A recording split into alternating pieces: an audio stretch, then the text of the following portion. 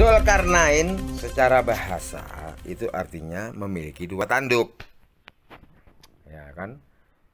Berdasarkan penisbatan tersebut, maka kita bisa memastikan bahwasanya Zulkarnain bukan manusia seperti kita. Karena dia punya ciri dua tanduk. Berarti dia entitas hidup, entitas makhluk hidup yang lain di luar kita.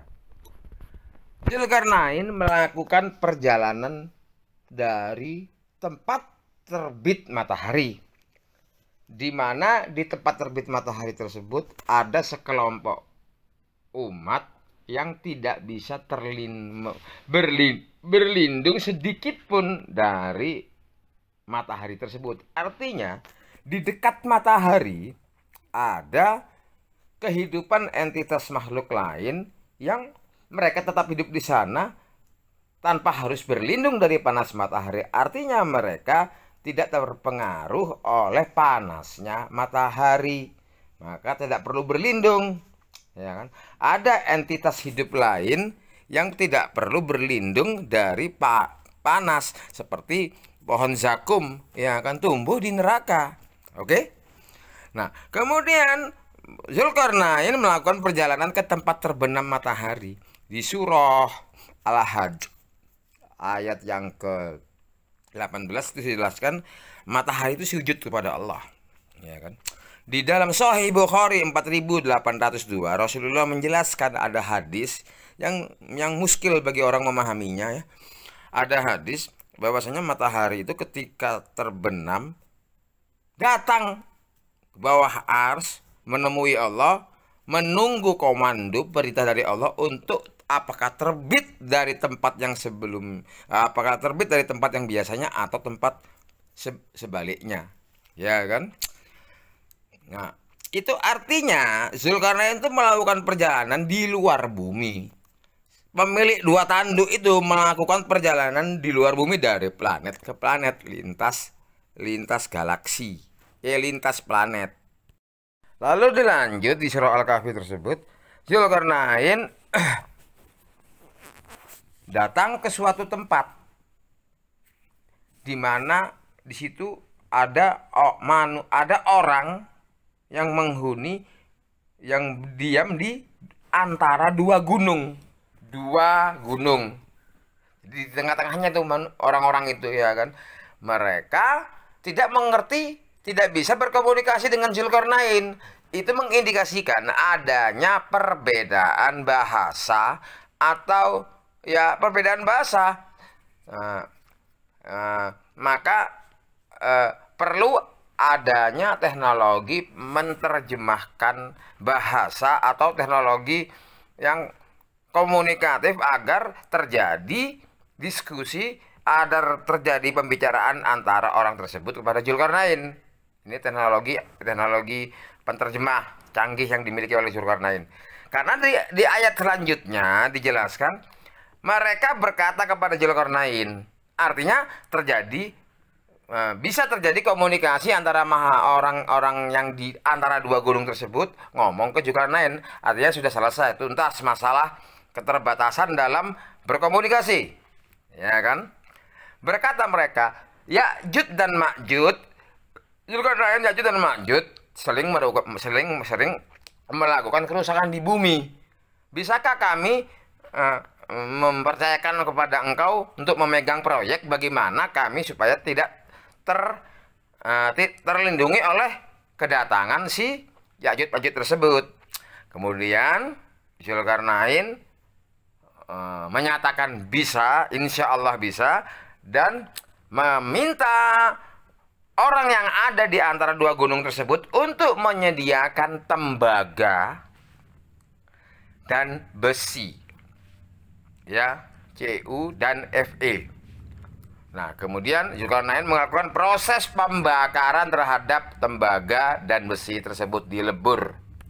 Dikisahkan di dalam surah Al-Kahfi tersebut, Zulkarnain mengatakan, mana tembaga? Ketika mana besi? Nah, ketika bakarlah api sehingga apabila besi itu menjadi merah dan rata sama dengan kedua gunung, ini gunung Di tengah-tengah Zulkarnain dan orang kaum yang ada di situ sedang membakar besi. Sampai besi itu tingginya seperti gunung. Apa yang kalian pahami dengan ayat itu? Ya kalau itu adalah kondisi yang sebenarnya kalau seperti itu tenggelam semua Zulkarnain dan umat yang ada di antara dua gunung orang. Besi yang dibakar tuh hingga tingginya menyamai gunung. Ya, tingginya seperti kedua gunung yang tempat mereka menghuni tersebut. Ya kan? Setelah itu Zulkarnain bilang lagi, berikan tembaga. Nah, maka Zulkarnain menuangkan tembaga di atas setelah besi itu, sehingga menyamai dua gunung. Iya kan? Nah, ini proses apa sebenarnya? Ini bukan sekedar bakar-bakaran. Ini adalah teknologi reduksi oksidasi untuk upaya Zulkarnain untuk menyublim atom Cu dan Fe, ya kan, sehingga gas hasil penyubliman itu naik menjadi ringan, masanya menjadi ringan, sehingga memiliki batas di puncak kedua gunung tersebut, membentuk gas, yaitu atmosfer. Di atmosfer itu banyak logam-logam gas. Nah, kenapa Zulkarnain melakukan itu? Ya kan? Ini adalah upaya Zulkarnain untuk menghadang datangnya Ya'juj Ma'juj dari atas bumi ke dalam bumi, karena Ya'juj Ma'juj itu dari atas. Ya. Jadi molekul Fe dan Cu yang terlepas ke udara diakibatkan proses pembakaran yang dilakukan oleh Zulkarnain di antara orang-orang yang menghuni di antara dua gunung tersebut, terlepas hingga gasnya sampai di atas puncak gunung, sehingga gas tersebut membentuk reaksi, ya kan, karena di bumi karena bumi menciptakan gaya listriknya sendiri, maka gas tembaga dan gas besi tersebut menjadi selubung bagi bumi, ya kan, untuk yang bermanfaat untuk melindungi sesuatu yang akan datang dari atas ke bumi. Itulah atmosfer menjadi materi yang melindungi benda-benda angkasa yang menyerbu bumi, yang datang akan menabrak bumi.